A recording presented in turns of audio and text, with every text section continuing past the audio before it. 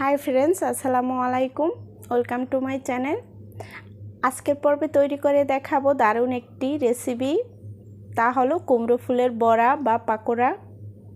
তার আগে ছোট্ট একটি রিকোয়েস্ট হলো, যারা আমার চ্যানেলটি সাবস্ক্রাইব করেন নাই, আমার চ্যানেলটি সাবস্ক্রাইব করবেন আর একটা লাইক ও কমেন্ট করবেন।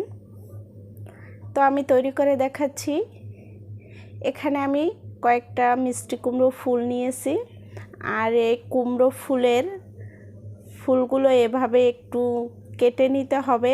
পাশ থেকে যে ছোট ছোট অংশগুলো থাকে চাকু দিয়ে ওগুলো কেটে নিতে হবে। আর এই যে হলুদ বর্ণের একটা অংশ থাকে, এটার নাম পরাগরেণু, এটাকেও কেটে নিতে হবে। আর এর মধ্যে অনেকটা পোকা থাকে, তো খুব ভালো করেই এগুলোকে একটু কেটে নিতে হবে। আমি এভাবে সবগুলো ফুল কেটে নিয়েছি, আর ফুলগুলো এভাবে আমি একটু ডাঁটের সাথে রেখেছি। পরে এগুলো গোড়া থেকে কেটে নেব। আপনারা আপনাদের পছন্দ মতন হয়তোবা ডাঁটের অংশটা রাখতেও পারেন বা ফেলে দিতেও পারেন। তো কেটে নিয়ে আমি এগুলো আবার ধুয়ে নিয়েছি। ধুয়ে নেওয়ার পর এভাবে একটা চাকুর সাহায্যে সুন্দর করে কেটে নিতে হবে ছোট ছোট করে। এই ফুলগুলো অনেক সফট থাকে, আর এর বর্ণটাও দেখতে অনেকটা সুন্দর লাগে।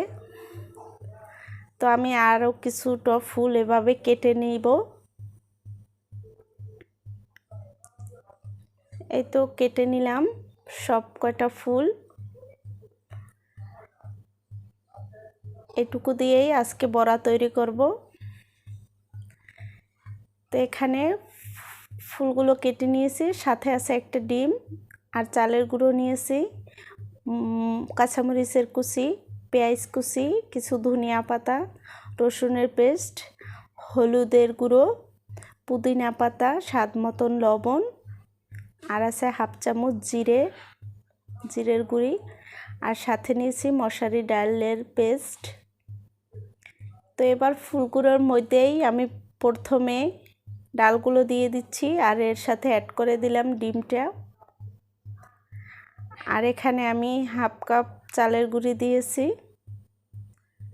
এবার সব উপকরণ একসাথে দিয়ে দেব। বড়া বিশেষ করে ঝাল ঝাল খেতে ভালো লাগে, তো আমি ঝালটা বেশি দিয়েছি, আপনারা বাড়িয়ে কমিয়ে দেবেন। আর এখানে কয়েকটা পুদিনা পাতা দেওয়াতে এর থেকে অনেক সুন্দর একটা ফ্লেভার আসবে আর খেতে অনেক টেস্টি হয়। তো হাত দিয়ে মেখে নিলাম। আর এবার আমি এখানে 1 চামচ ময়দা ইউজ করেছি। তো অনেক সুন্দরভাবে সব উপকরণ দিয়ে একটা পেস্ট তৈরি করে নিলাম। এবার আমি চুলাতে একটা ফ্রাই প্যান দিয়ে দিলাম পরিমাণ মতন তেল।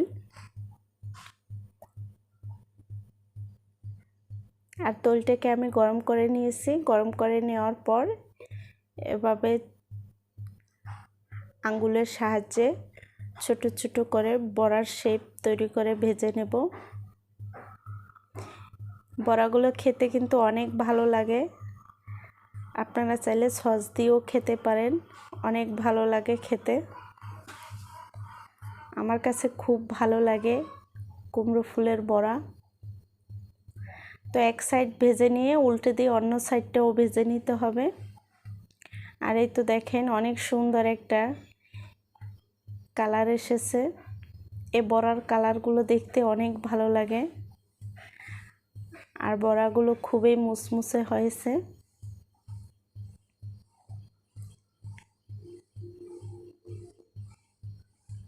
তো একটা একটা করে সব কয়টাই উল্টে দিয়ে ভেজে নেব সুন্দর করে দু সাইড।